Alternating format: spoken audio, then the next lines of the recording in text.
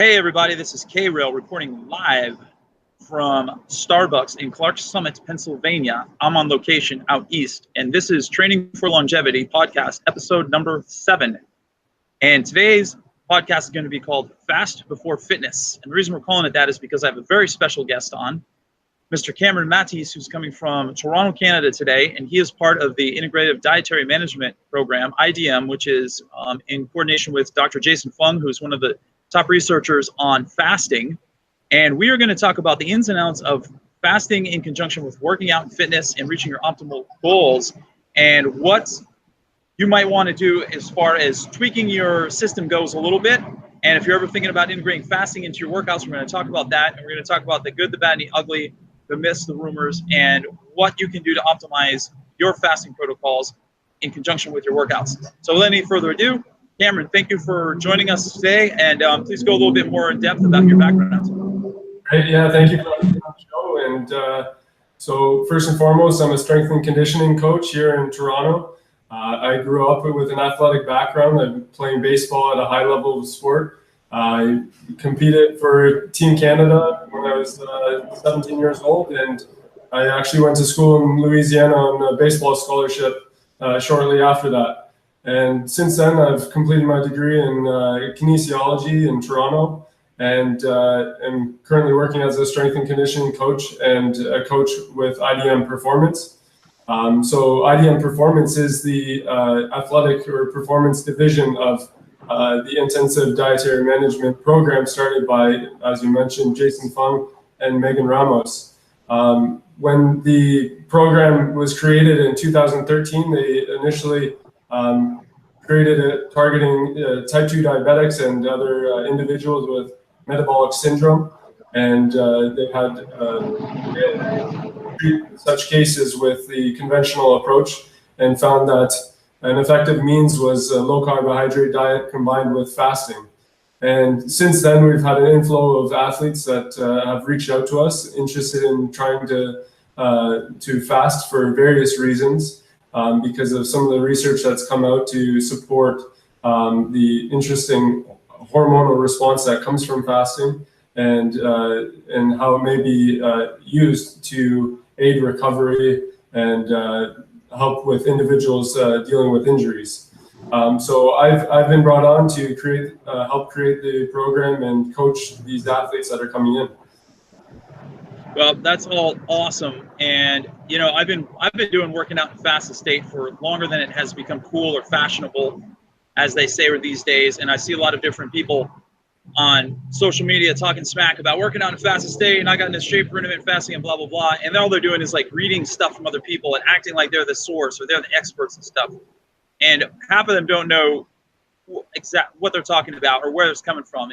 And I mean, I've put myself through so many obstacles and ringers trying to figure it out myself. It's unbelievable. So when I ran into you guys, it was like a breath of fresh air to me, because you guys are actual researchers. So I feel much more confident talking about what I'm validating, let's put it that way, the stuff that I have been doing for a long time. And it's super exciting to talk to people that have the background research on it now. So with that being said, you did mention the word hormones in there. So let's get right down to, say I'm just a regular Joe. And back in the old days, I used to I'd come home from school, I'd eat a bunch of snacks, I'd have barbecue chips and crimpets and soda, and I'd go downstairs and lift weights, and it felt like an elephant was standing on my chest and like I was gonna die. And I always wanted to get bigger. So I figured I need to eat and then work out, eat and then work out, and that was the big thing. But it was the wrong way to go about it, because I couldn't breathe. My heart was pounding through my chest. I felt chest pain, stomach cramps, all these different things. And that was just the physical effects of eating. Then when I started working out in a fasted state, I realized I might have been hungry going into my workout, but my hunger dissipated really quick. My energy was through the roof. I didn't have any of that gastrointestinal feeling of upset. I was able to breathe really well, and I was able to really mash my workouts to a pulp, and I was getting ripped. And here I am at 45 years old, and I'm not worried about my age or afraid to admit how old I am. And I feel I'm in better shape now than I was when I was 21 years old. So you mentioned the hormonal effects. Let's go right into that, and let's talk about what you feel is like the best window of fasting before a workout to get those optimal results, to get the release of growth hormone and testosterone. Great. So before I do that, maybe I'll take a step back and just explain from square one to people what fasting is. And it's the voluntary cessation of eating, right? And so that's very different than starvation, where people are forced to withgo eating. And so the two different states are very different metabolically, because with fasting, you're actually making the choice to not eat. And by doing so, you're allowing these positive hormonal response to happen. Whereas starvation, you actually a lot of the times don't know when the next meal is coming. Let's say it was in the war, when people were in concentration camps, they were starving, and they didn't know when their next meal was coming. And so there was this adverse response adverse response to not eating, because it was such a stressful state, and protein started to break down and the energy level started to drop. But we know with fasting that it's actually a very different response hormonally, and part of that is because it's a controlled process. And so when we decide not to eat, or when we are eating, we know that insulin levels start to rise, and insulin is essentially a hormone that signals for energy to be stored. So insulin can shuttle glucose and glucose to tissues that need it. So the muscle, the liver, and other tissues that utilize this glucose, and it can also shuttle proteins into the muscle as well. And so in the fed state, you have an influx of these molecules that are being used as energy. And then, so once you've gone a period of time without eating, obviously insulin levels start to decline. So you're no longer in this storage mode. You start to then break down fatty tissues to use as energy. And glucagon rises so that it facilitates this process of mobilizing glycogen into glucose to use as energy. And it also mobilizes fatty tissue. And what we also know is that insulin levels and growth hormone are, I guess, inversely related. So when insulin levels are high, growth hormone levels tend to be low. And so as we go through a period of fasting, insulin levels will start to decline, and growth hormone as a byproduct will start to increase. And we know that about a 5-day fast has been shown to increase growth hormone by about 5-fold. And so what this does is actually it helps to mobilize tissue to use as energy to sustain yourself. And so have plenty of energy, and you're able to work out because of this growth hormone. And in fact, this growth hormone may also be there to prevent declines in protein. And so it's helping you maintain the muscle mass to carry you through those workouts. And actually, it makes perfect sense too from a evolutionary perspective too, because we know that we've gone through periods of time without eating because of lack of food availability. And in those times, it was important for survival to have the energy to go out and hunt or forage or whatever, go scavenge for that food. And if we started to decline in energy and started to wilt away and lose our muscle mass, then we would have died. We wouldn't have been able to go out and find that food. So it makes complete sense that fasting can actually be a very beneficial thing. Well, I really like the idea that you said about fasting, where starvation is more of a, it's kind of pushed upon you. And like a concentration camp is a really good example of that, where you don't know when your next meal is coming, and it also raises your stress levels. And anytime you're stressed, that's a bad thing, because it can alter your cortisol, which is a fat storage hormone too. And then things can go completely awry. But if you schedule it, it's a whole different ballgame. And for me, I find the sweet spot for me is 12 hours of fasting before my workouts. But I mean, I've been like 12 to 16 hours has been a massive sweet spot for me for a long time. And I do feel that it's very individual. And you did mention the 5-day thing. And I think I can speak for Cameron on this, people out there. We do not suggest you just like say, oh, I'm not going to eat Monday through Friday and I'm going to work out every single day of the week. You're fooling yourself if you think you can do it. and you're going to do more harm than good, especially if you've never fasted before. It's more of a weaning in process, just like anything else. It's just like I'm not going to have someone do double kettlebell snatches if they come to me to do a training session if they've never touched a kettlebell before. And that would be the example of doing a 5-day fast. So you want to wean your way into it.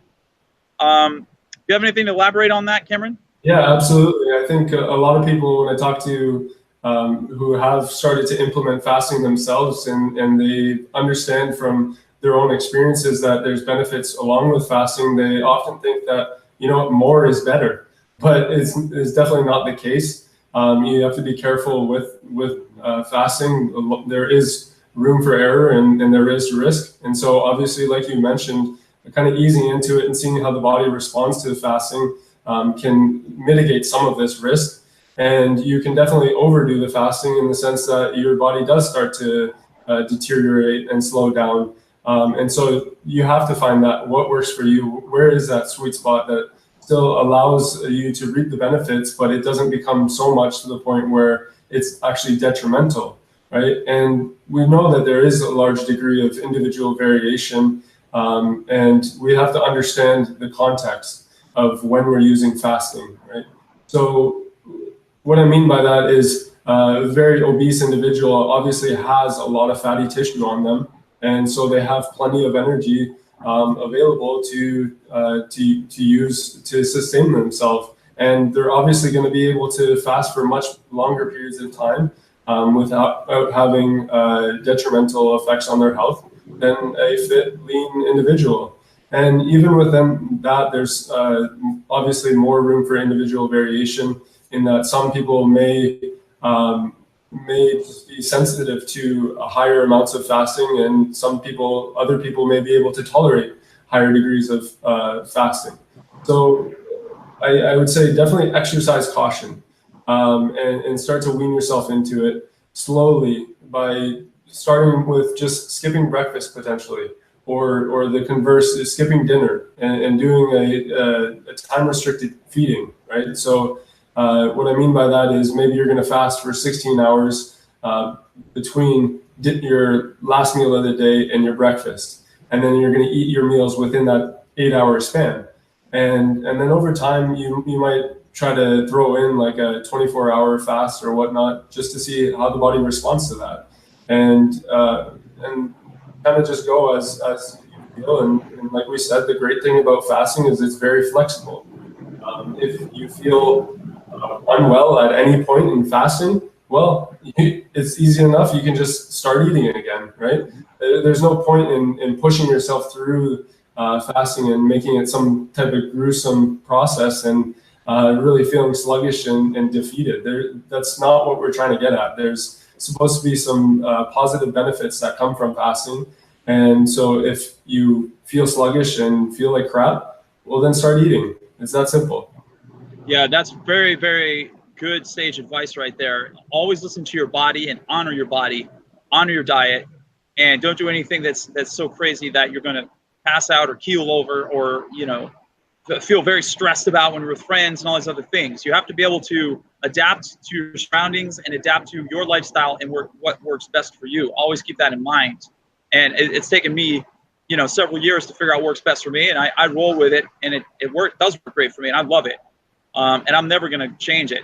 So it's not like it's a fad and it's here today, gone tomorrow. I mean, fasting has been around for thousands of years, but it's just starting to get its notoriety right now. And that's why we're doing this timely podcast on fasting and fitness.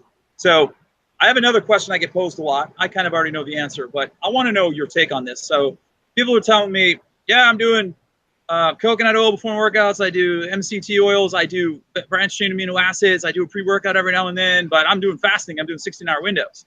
So what is your take on taking, say, let's break it down even smaller than that and say a multivitamin, which has basically 0 calories in it, or a trace mineral formula that has basically 0 calories in it, or a probiotic or something like that.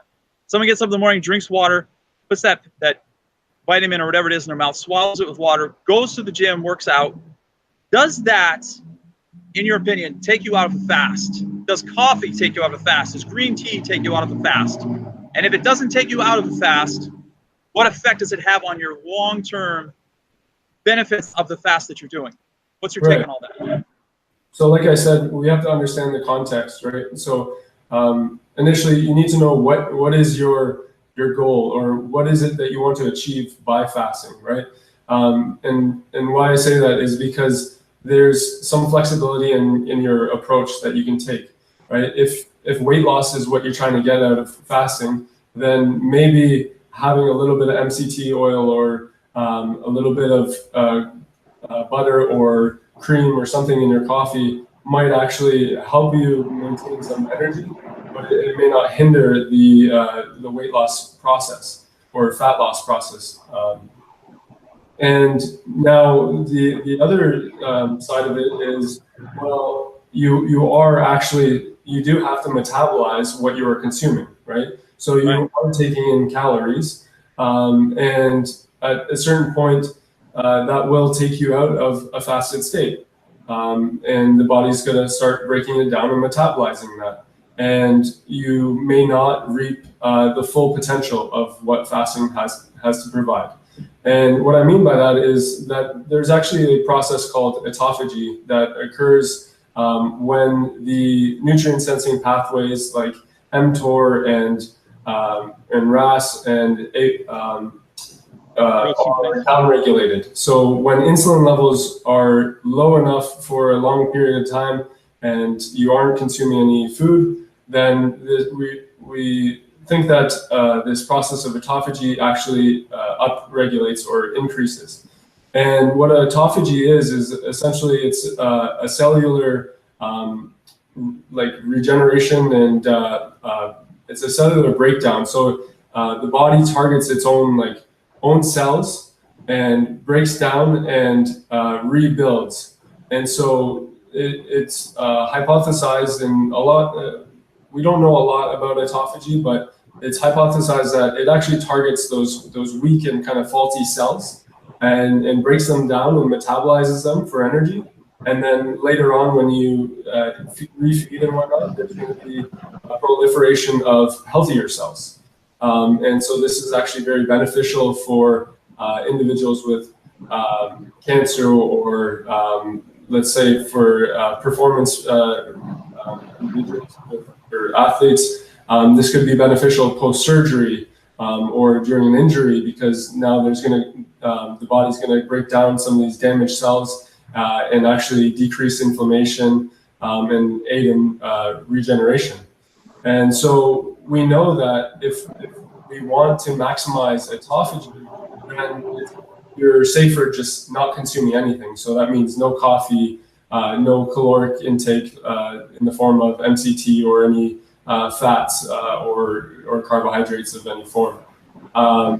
And we, like I said, we don't know a lot about autophagy as far as the research perspective goes. And so it's better to be safe to maximize those potentials. That being said, you mentioned multivitamin or mineral supplementation. For safety precautions, it may actually be important to supplement with some type of mineral or vitamin, just to maintain your a optimal amount of vitamins and minerals in your body. You're obviously not consuming anything while you're fasted, so you're not going to be taking in the nutrients that are in food. And so the vitamin or mineral may help that prevent that decline. And in fact, we want to be consuming a large amount, a reasonably large amount of sodium during our fast to prevent low sodium in the blood, which can be a very dangerous situation.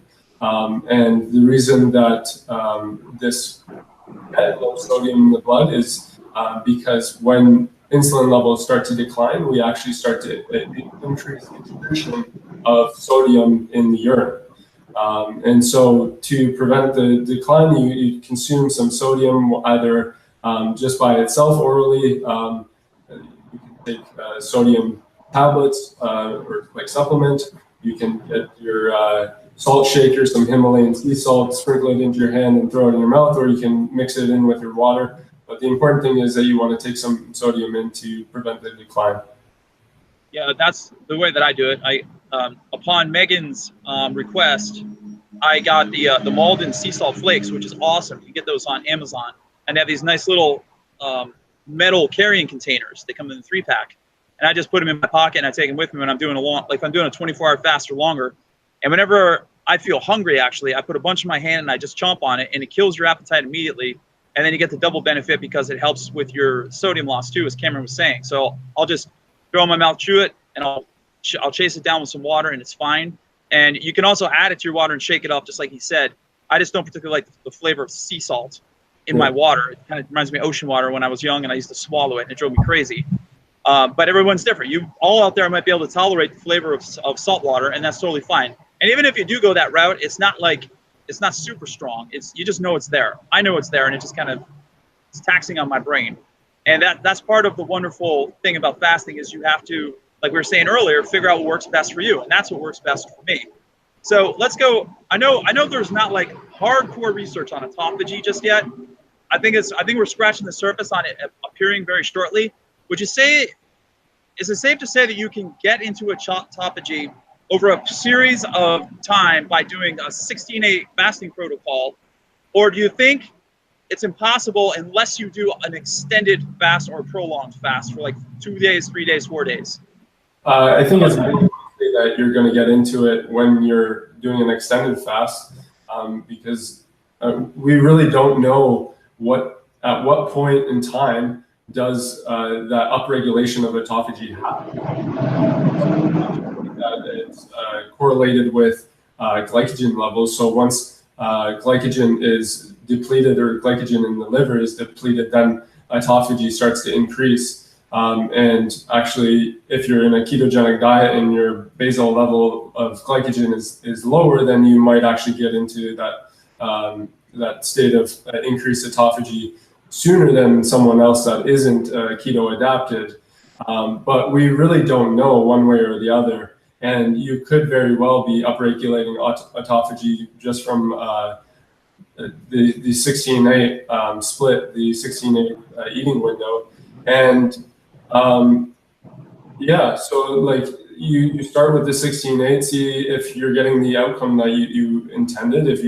If there's some type of symptom that's coming on that has made you decide maybe fasting might help relieve this symptom, then try it. And if the symptoms are alleviated, then great. If not, you can also start to increase the fasted window, and then start to kind of go from there. Are symptoms? Am I still symptomatic, or am I now asymptomatic?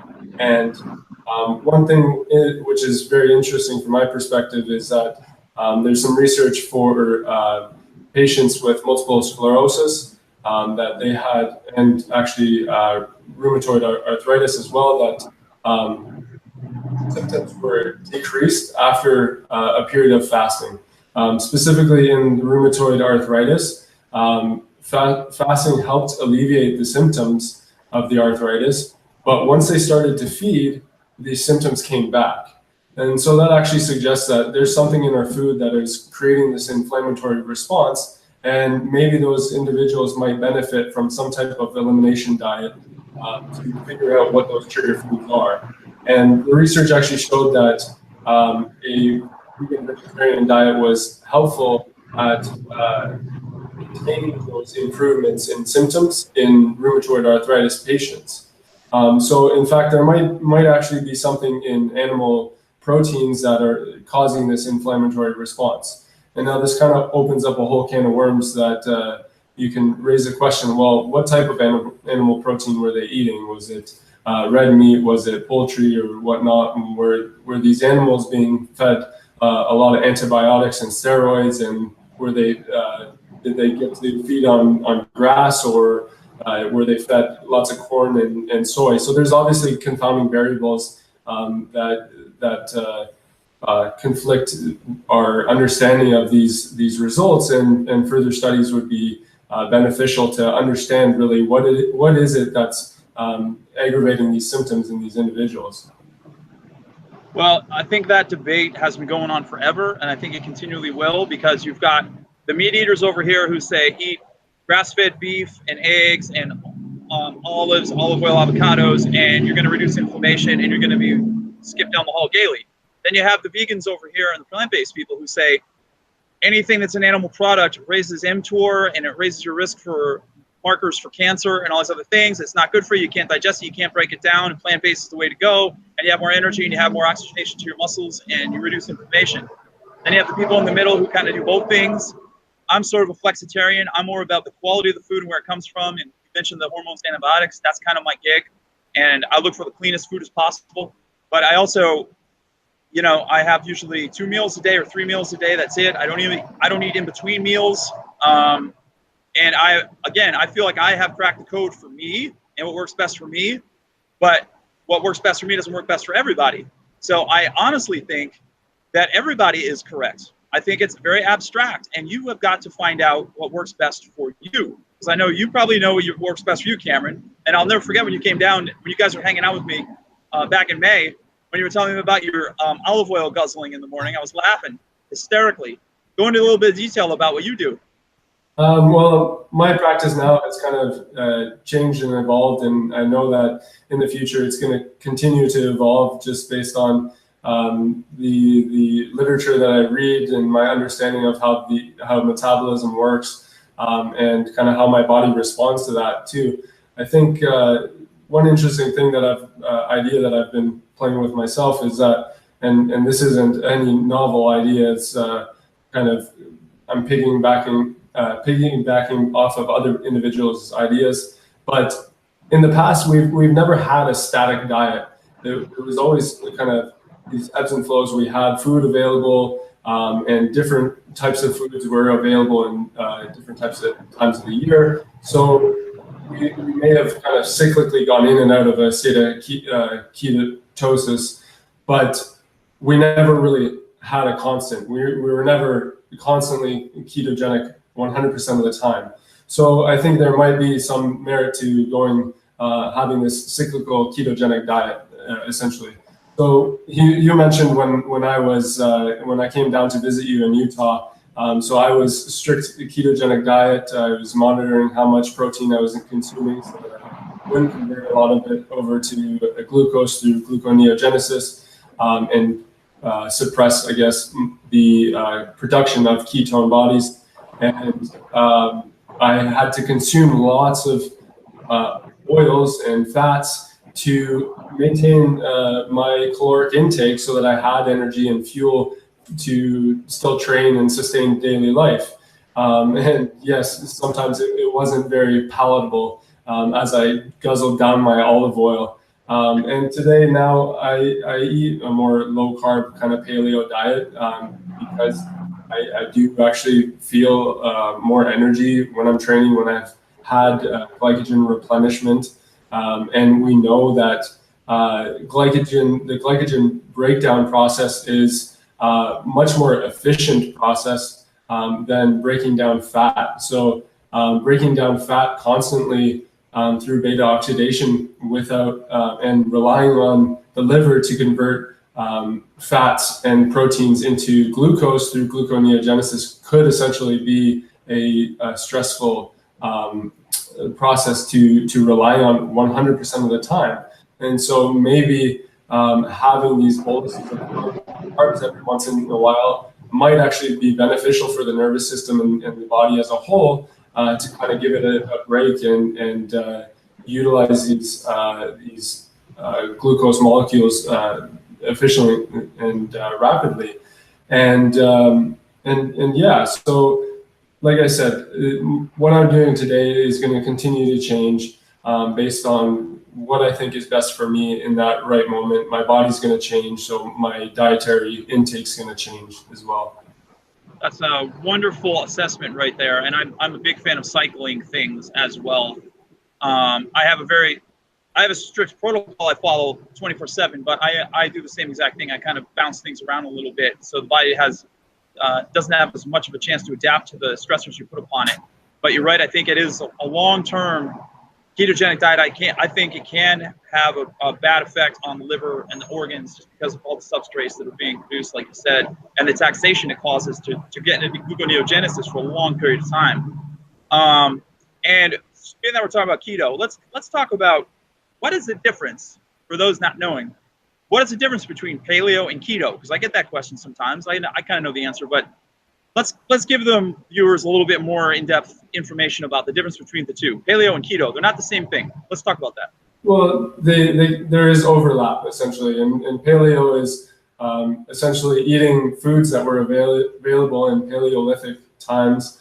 So tubers and vegetables and meats, and really no processed refined foods, which are in just eaten in excess nowadays. And you can be having a ketogenic diet and still eating paleo, but some might argue that you might be paleo but not fully keto.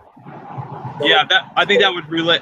That would probably depend on the amount of carbs you're taking in for the day, because isn't like a strict cutoff line of how many carbs you're allowed a day? It's like 100 or less, or 50 or less, or something like that. Absolutely. So yeah, a ketogenic diet is essentially a diet that allows the body to produce ketones. And so we know that if we don't have enough glucose to sustain energy or provide energy to the brain, then our body starts to metabolize fat and convert it to a ketone body, which the brain prefers as energy. And there still is a certain amount of glucose that is necessary for the body, specifically for red blood cells and other tissues. So there is some glucose that is needed in the body, but your body actually can, as I mentioned earlier, can produce glucose through gluconeogenesis. So a ketogenic diet typically restricts carbohydrates to below 50 grams per day to get in a ketogenic state. And some people try to restrict that further to below 30 grams in a day, and that allows them to produce more ketones, and maybe there might be a more beneficial effect that comes from doing so. We know that diabetics, specifically type 2 diabetics, are insulin resistant, and constantly high levels of insulin likely lead to this insulin resistance. So it might be beneficial to restrict carbohydrates specifically, so that they give their pancreas a rest and don't have to continue to stimulate this release of insulin, and allows blood glucose to go low. And I'm not saying low to the point of hypoglycemia, but not constantly elevated glucose levels. Well, that's a very good point, because when you're doing a keto diet, I think that's a wonderful time restricted feeding. If you're eating say 1 to 2 meals a day only, that makes keto diet so much more easier, because you're allowed, say you are allowing yourself 50 grams of carbs a day. If you're following a 6 meal a day plan, you got to have a minute amount in every single meal. That may be a little bit hard for you, but if you're eating twice a day, you can literally have 25 carbs in each meal and still stay under the cap of your carbohydrate intake, and then you can still get into keto. And that's why the keto diet does work so well with time restricted feeding, fasting. I think you would agree with me on that, wouldn't you? Yeah, absolutely. It's very common for people that start out doing a ketogenic diet, just notice that, well, they're not feeling hungry, the appetite is somewhat suppressed, and fasting just kind of naturally becomes a part of that. And really you're consuming a lot of fatty foods, and that really does take a lot longer to process and metabolize than, let's say, a carbohydrate would. So you may be satiated for much longer by having your meal, and you naturally kind of gravitate towards 3 or 2 meals a day rather than 6 meals a day. And yes, that definitely, having less meals definitely makes it easier to kind of maintain that low levels of carbohydrates, rather than eating multiple times, and you're likely, so to speak, in the amount of carbohydrates that you consume in that day. Yeah. All right, that's all cool. Now, we need to address something else while we're talking about macronutrients, which are your proteins, fats, and carbs. So a lot of people have this this false sense of high protein diet in association with keto diet. But in reality, that is not the case at all. The keto diet is a high fat diet, a moderate protein diet, and a low carb diet, because protein does have an effect on glycogen, not as much as carbohydrates, but it does have an effect. That's why when you are fasting, if you eat protein, the minute you have a mouthful of, if you have a hard-boiled egg or like one mouthful of it, or scrambled eggs, your fast is over, because protein does have an effect on glycogen. And the second your glycogen gets spiked or tweaked, that's when the fast is over. So do you have anything to expand on that, on the protein thing? Yeah, essentially, foods, the three different macromolecules or macronutrients, proteins, carbs, and fats, we know that they all stimulate insulin, but carbohydrates do so the most. And the next is protein. They do stimulate insulin, but maybe not as much as carbohydrates would, and fats really stimulate it minimally. And so if we eat high amounts of protein, then we're going to stimulate more insulin. And in fact, if you consume more than your recommended dosage in a day, then you could actually potentially convert those protein molecules into glucose, right? So you want enough protein to maintain muscle mass, but not enough to really spike blood glucose levels and kick you out of ketogenic state. And like I said, if you do bounce out of a ketogenic state, really it's not the worst thing that can happen, because over time you'll eventually start to produce ketones again. But we do see that if weight loss is what people are trying to achieve with keto diet, then over-consuming protein may actually bring them to a plateau, and they may not continue to see those weight loss benefits. That's a very interesting point you just brought up right there, because that often is the case with a lot of people I know. They struggle and struggle. They get to a certain point, they plateau, and they're like, "Why? I can't figure out what's happening." And then I say, "Keep a food journal for a few days. Let's have a look at it." And that's exactly what's happening. And I'm like, "Well, you're plateauing," and they're eating like the exact same thing every day for every meal. So varying your diet is very good, and keeping your protein to a level that your body needs but not going over is absolutely mandatory in my opinion. And anything you eat of protein that is over what you need is either going to be, like Cameron was saying, it's going to be either converted to glycogen used for energy, it's going to be stored as fat, or you're just going to pee it out of your system. So all you people that like to have protein shakes after your workout, 3 scoops of protein, water, shake it up. I just had 66 grams of protein, and you march out of the gym all happy. You actually didn't have 66 grams of protein. You probably had 25 to 30 grams of protein, and then you had to run to the bathroom quick to pee out the rest. So you're wasting money. Don't be fooled by the false sense of belief that you need X amount of grams per pound of body weight. I think everyone is different on that too. I don't know anyone who has a protein deficiency in this world. I think that's the most abundant macronutrient. And I think you can get it as a vegan too. What's your take on that? Well, I think in the day, benefit if we started to eat more real food, right?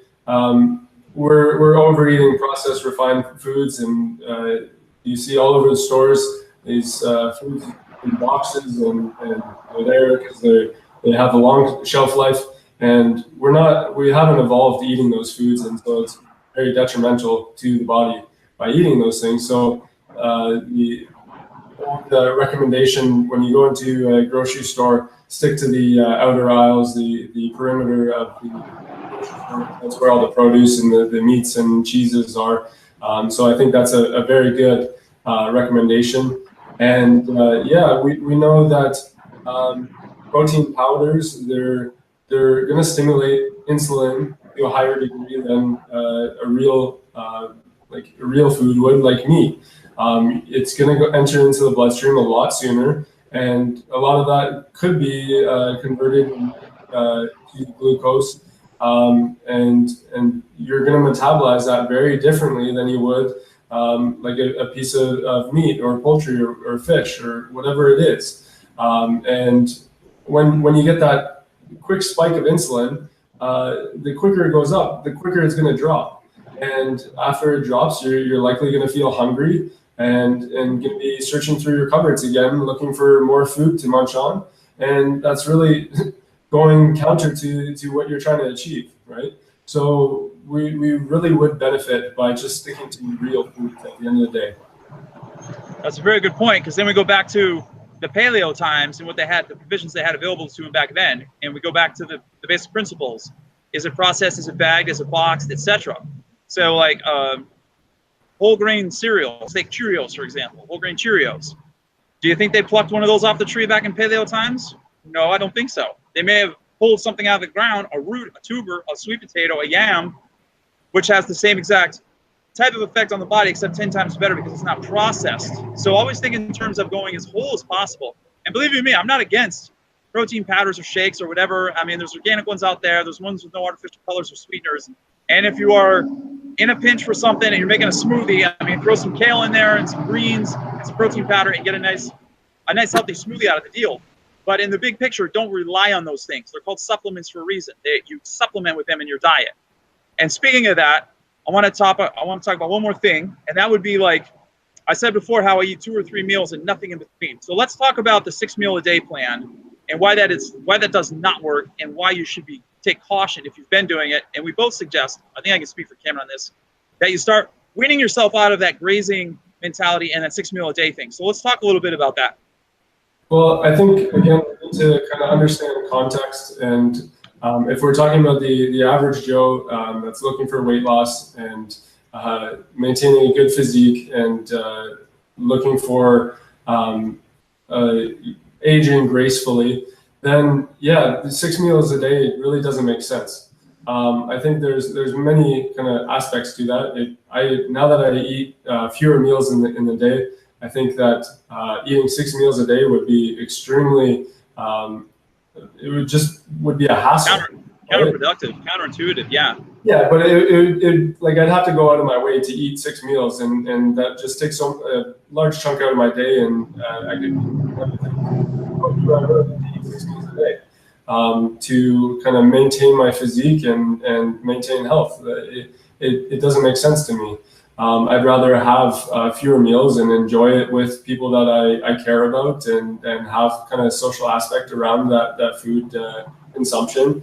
And going back to the insulin response, if you're eating 6 meals a day, and really even more than just the insulin response, you're stimulating you're stimulating like you have to break down and metabolize, and your body's really working hard to do that, right? And to be constantly doing that. You're never giving your digestive system a rest if you're eating 6 meals a day. And insulin levels remain high, especially if you're not eating real foods and you're eating processed refined stuff. They're even more high, and that can have a detriment on our health in the long term. That can lead to insulin resistance, and can lead to preventing us from really understanding and how to break down and metabolize our own body fat. That's what our body fat's there for. We have this vast storage of fat that can be utilized as energy. And if you're constantly feeding, your body's always used to having food and substrate in the bloodstream to use as energy, and you're never really relying on the breakdown of your own fatty tissue. And now if you give your body a rest from the 6 meals a day, that you're gonna have to start to tap into your own supply of energy. And that's a good thing, really. We've evolved doing that. Yep, I couldn't agree with you more. And it just makes sense from a physiological and anatomical level too. We don't even have to like go into extreme detail about why not smaller meals, but I mean less meals is better than multiple meals a day. I mean, let's just put that to rest. That's the bottom line. I'm actually we're gonna wrap this up right now, but I need to talk to you about one more thing. And I ask every single person I interview this question: what is your favorite ice cream? And I know you, yes, I know. I think I asked you this when we were at the Grub Steak when you guys were in town, but I'm gonna ask you again because I want you to tell the audience about your ice cream recipe. My ice cream recipe? Yeah. Did you not have something with raw cacao powder or something you were telling me about, and coconut or something? Oh yeah, that was more of a fat bomb that I did. It was unsweetened baking chocolate that I yes, was that not ice cream that you made, or what was that? No. That was more just a way to shuttle more fat into the body. That was when I was in a ketogenic diet, So I would melt baking chocolate unsweetened, so very, very low sugar and carbohydrate content. And then I'd mix it about a 1-to-1 ratio with coconut oil. And then I put that in a ice cube tray and put it in the freezer. And so whenever I was hungry and didn't have time to make a meal, or I needed to kind of add some fats to my meal, I just get these ice cubes of this fat and I'd kind of pop it in my mouth. I mean, essentially it's kind of similar to ice cream, but the taste is going to be very, very different. Obviously, it's a lot more bitter than ice cream would be. I haven't had ice cream in probably a couple of years. It's been a while. Oh my gosh. But maybe I'll go indulge after this podcast. I'd say when I did have ice cream, my favorite was mint chocolate chip. That was always my go-to. That's a good one. That's a safe bet. To just elaborate on that too, I know the low carb and ketogenic community has come out with plenty of recipes for ketogenic and low carb of ice cream. So you can get some tasty ice creams and make it and without all the sugars and whatnot.